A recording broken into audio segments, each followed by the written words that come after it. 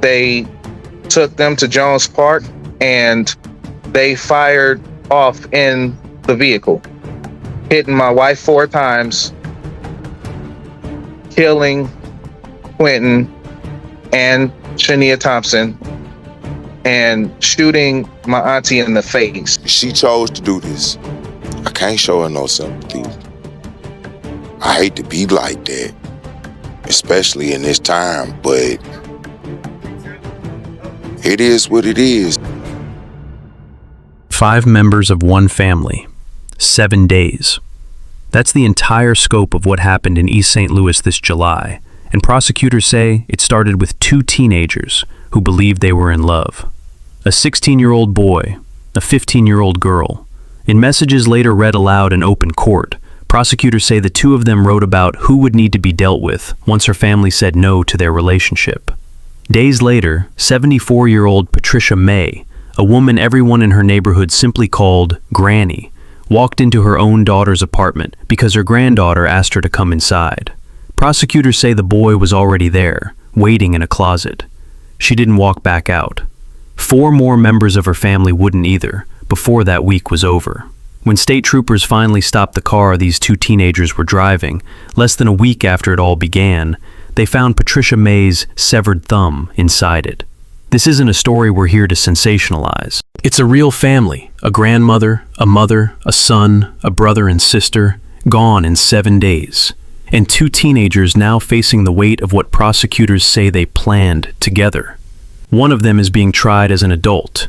The other, because she's still 15, hasn't been named publicly. And we're not going to guess at anything the courts haven't settled. If you're new to this channel, we cover cases like this because these families deserve to be remembered as more than a headline count. So drop where you're watching from in the comments, and subscribe for more true crime documentary coverage that takes these stories seriously. Before we get into what happened at Jones Park, at the Gompers' homes, and at the state park where it all ended, let's meet the 5 people this story is actually about. Before any of this gets reduced to a headline count, these were 5 real people with real lives, and they deserve to be introduced as exactly that. Patricia May was 74. For 25 years, from 1986 to 2011, she worked at Southern Illinois University Edwardsville. One job, one community, one woman who showed up year after year. At the House of Prayer to All Nations, where she worshiped, people remember her as defined by her faith, her kindness, and her generosity, the kind of person a whole congregation leaned on. Her daughter, Cherie May, was 49. Her son, Devin May, was 24, and he had a 1-year-old daughter he adored. His wife, Chelsea Gatlin, remembers him simply as a great father, a great person, a great man. His sister, Miranda, put it plainly afterward. A hard worker who loved his family, wonderful people with good hearts, the kind of loss she genuinely couldn't find words for. That little girl is going to grow up knowing her father, mostly through what everyone else remembers about him, because he won't be the one to tell her himself. Then there's Quentin Thompson and Shania Thompson, brother and sister, 21 and 25. Quentin was an artist, deep into drawing, deep into anime, the kind of specific, quiet passion that tells you there was a whole imagination running behind his eyes that most people never fully got to see. Shania could cook, and not just for the holidays. She was talking seriously about opening her own restaurant one day, her own name on a door. That dream doesn't get to happen now. Their grandmother, speaking afterward, said it about as simply as it can be said. They'd gotten their wings, and they were some beautiful, beautiful children. 5 people. A grandmother, a mother, a son, a brother, a sister. Real people with real plans for next year, gone inside of one single week. From the outside, this looked like an ordinary East St. Louis family. Big, close-knit, the kind that shows up for each other. That part was true. It just wasn't the whole story, because underneath it, a 15-year-old girl in this family, Patricia May's own granddaughter, was in a relationship with a 16-year-old boy named Jameer Davis, and the rest of the family did not want him around. That single sentence is where everything that follows actually begins. Here's what makes this case almost impossible to sit with calmly. The people around these 2 teenagers didn't miss the warning signs. They saw them. They reported them. And it still wasn't enough to stop what came next. Mary Young, a pastor and family friend who says she knew everyone involved, has said publicly that Davis had actually been put out of the girlfriend's household after he was accused of stealing a gun. That's the root of it, according to people close to this family. Not an argument at dinner, not simple teenage friction. A stolen firearm, and a family that responded by drawing a line. Here's how serious that line actually was. The girl's mother told police her own gun had gone missing from a locked box in her home, and she suspected her daughter had taken it. A key from her purse, the lock undone, the firearm gone. She reported it, but according to prosecutors, that wasn't the only warning she gave law enforcement. She'd also found threatening messages the two teenagers had exchanged over Instagram. Messages prosecutors now say amounted to an actual list of family members the two of them believed needed to be, in their words, dealt with. She reported that too, before any of this happened. Prosecutors have since read some of those messages aloud in open court. In one exchange, they say Davis wrote to his girlfriend about shooting and stabbing a cousin, and she wrote back that she was capable of it and wanted to be. In another exchange, she told him plainly, "I'm finna lose my whole family for you." A family member who spoke to reporters afterward put the motive as simply as it can be put. It was all because the two of them wanted to be together, and everyone standing in the way of that became someone they believed had to be eliminated. I want to be fair here, because there's a version of this story circulating that says a second mother, Davis's own, also made reports about her son that went nowhere, and that this family runs deeper than just one household that missed something. That specific claim hasn't been independently confirmed by prosecutors as of tonight, and it deserves real caution until it is. But what has been confirmed, in court, on the record, is this. A mother saw a stolen gun and a hit list, and she told the police. 5 people are dead anyway. Here's how those 7 days actually unfolded, as prosecutors have laid it out in court.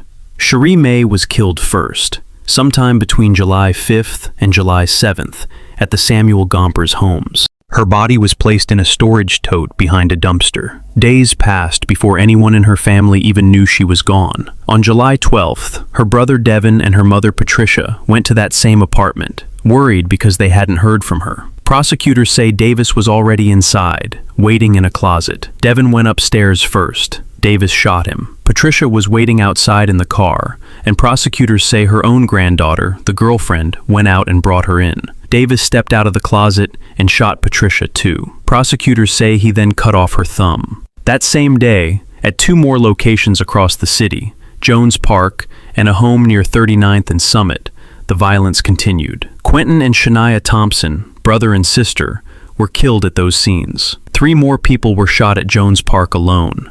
2 of them survived and were hospitalized in St. Louis. Added up, and that's 7 people shot across 3 separate locations, all connected to one family, in the span of about a week. 5 of them didn't survive it.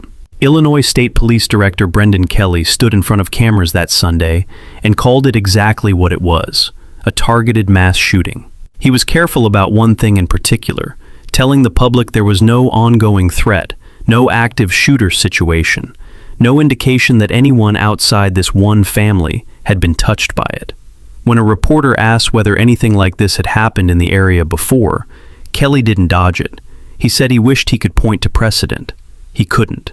Even people who'd spent decades in law enforcement around East St. Louis and the greater St. Louis area struggled to remember 5 members of one family being killed like this before. By the time state troopers caught up with the car these 2 teenagers were driving, they were at Frank Holton State Park, stopped using a precision immobilization maneuver, taken into custody without much of a chase at all.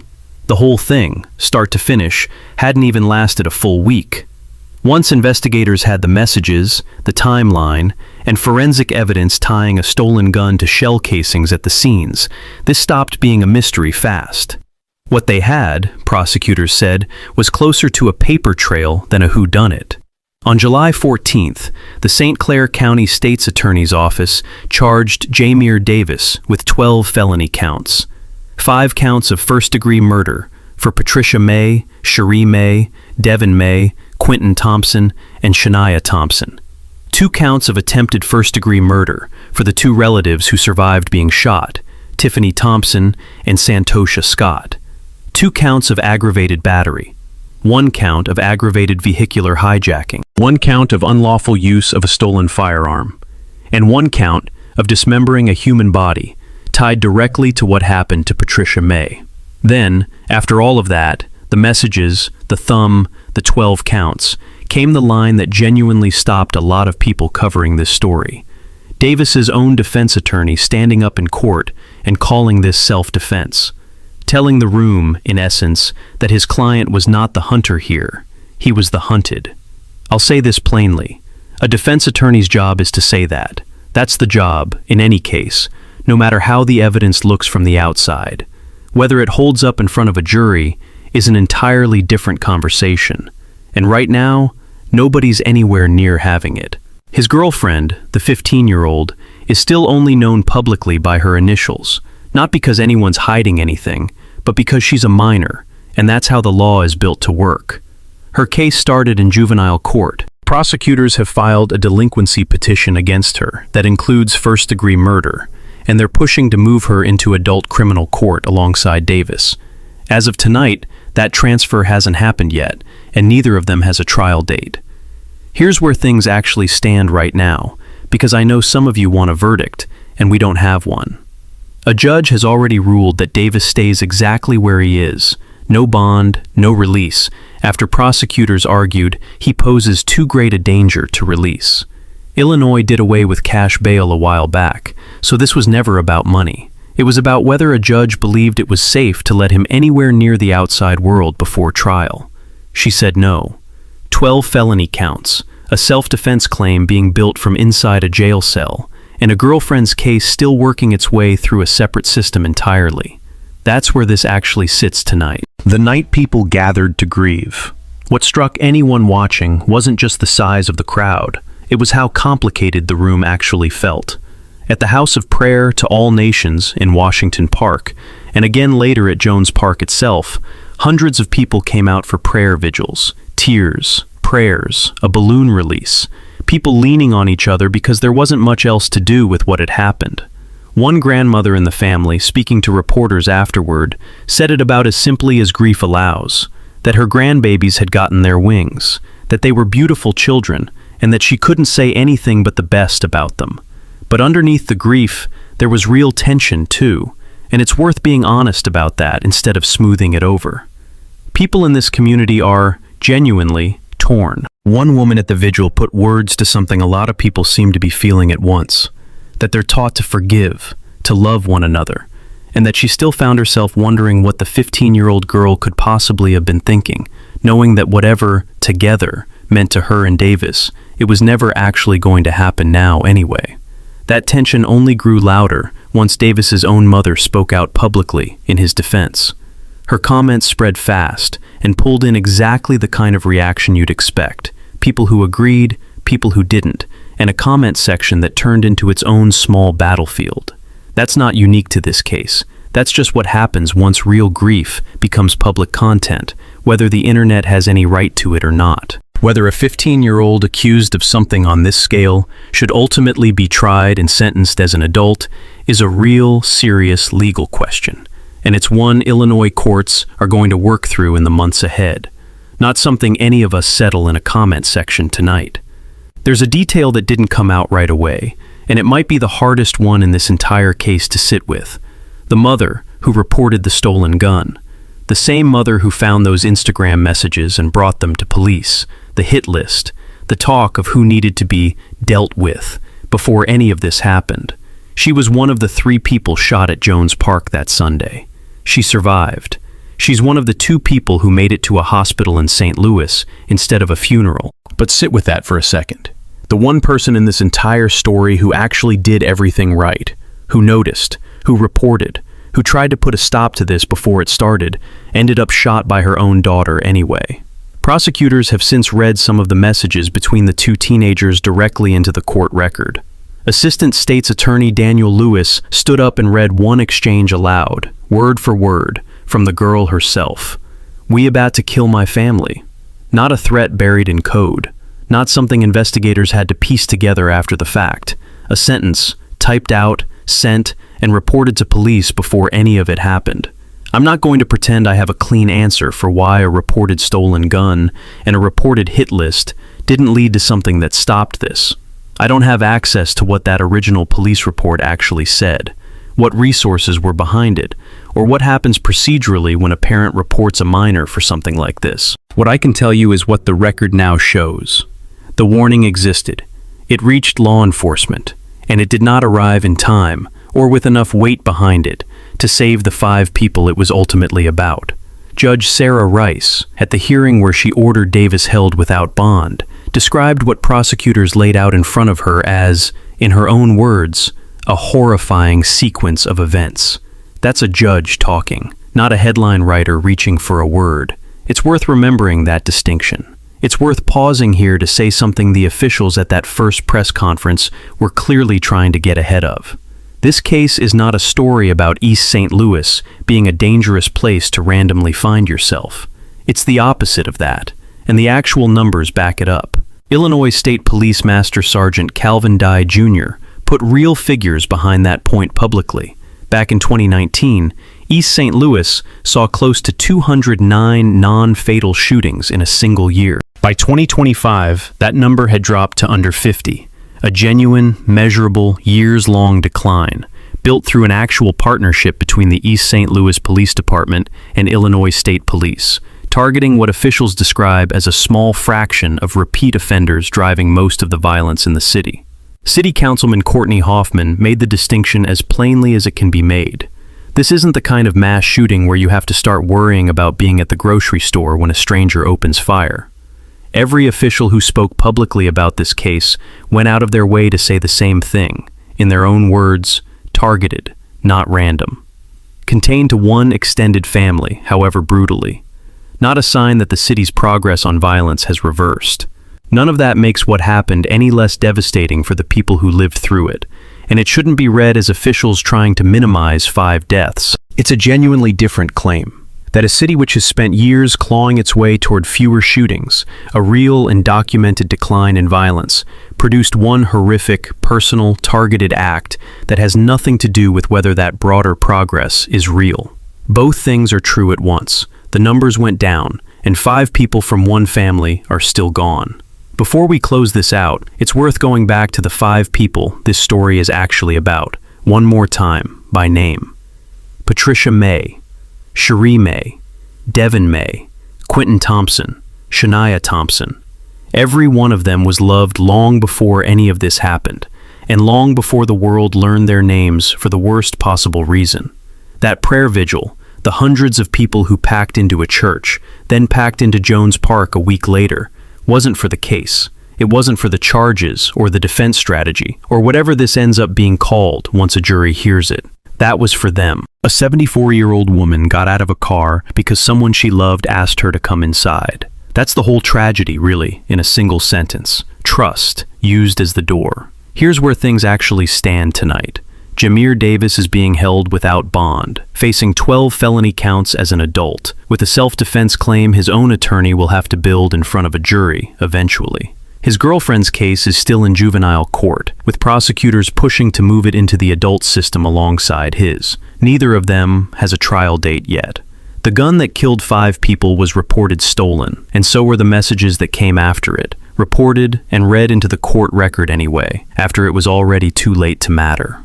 This case isn't over. Realistically, it's barely started. There will be a transfer hearing for the 15-year-old. There will eventually be a trial, maybe 2.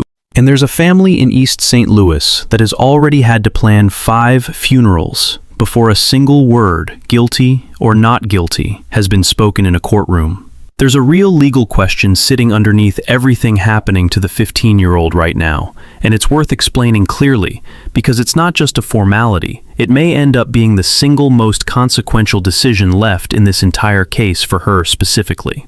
Illinois law treats her differently than it treats Davis. And the reason comes down to something as simple as her age. Under Illinois law, when a 16 or 17-year-old is charged with first-degree murder, the case is automatically moved to adult criminal court. No hearing required, no judge's discretion involved. That's exactly what happened with Davis. But that automatic rule doesn't apply to anyone who was 15 at the time of the offense.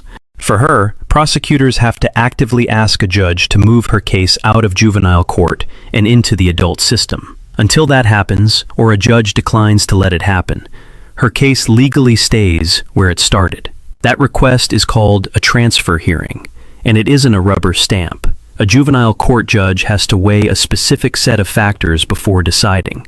Her age, whether there's a history of abuse or neglect in her background, her mental health and educational history, how serious prosecutors say the offense was, how much of a role she personally played in it, and whether the juvenile system could realistically offer meaningful treatment or rehabilitation instead. Judges in these hearings often hear directly from people who know her, teachers, clergy, family members, probation officers, before making that call, because the outcome genuinely reshapes the rest of her life either way. The stakes of that decision are enormous, and it's worth being clear about why. If a judge keeps her case in juvenile court, even a conviction there, an adjudication in the legal language, comes with real limits. The system is built around rehabilitation. Sentences are capped well below what an adult would face, and the record is handled differently going forward. If a judge grants the transfer, she faces the exact same adult criminal court, the exact same sentencing range, as Davis does right now. No hearing date for that decision has been made public as of tonight. When it happens, it will likely be one of the most closely watched moments left in this case. Not because anyone covering it should be rooting for a particular outcome, but because it's the moment that actually determines which version of the justice system she spends the rest of her adolescence inside. We'll stay on this one as it moves. If you want to be here for those updates, subscribe, and let us know in the comments where you're watching from. We tell the story, not the angle. And we'll see you in the next one.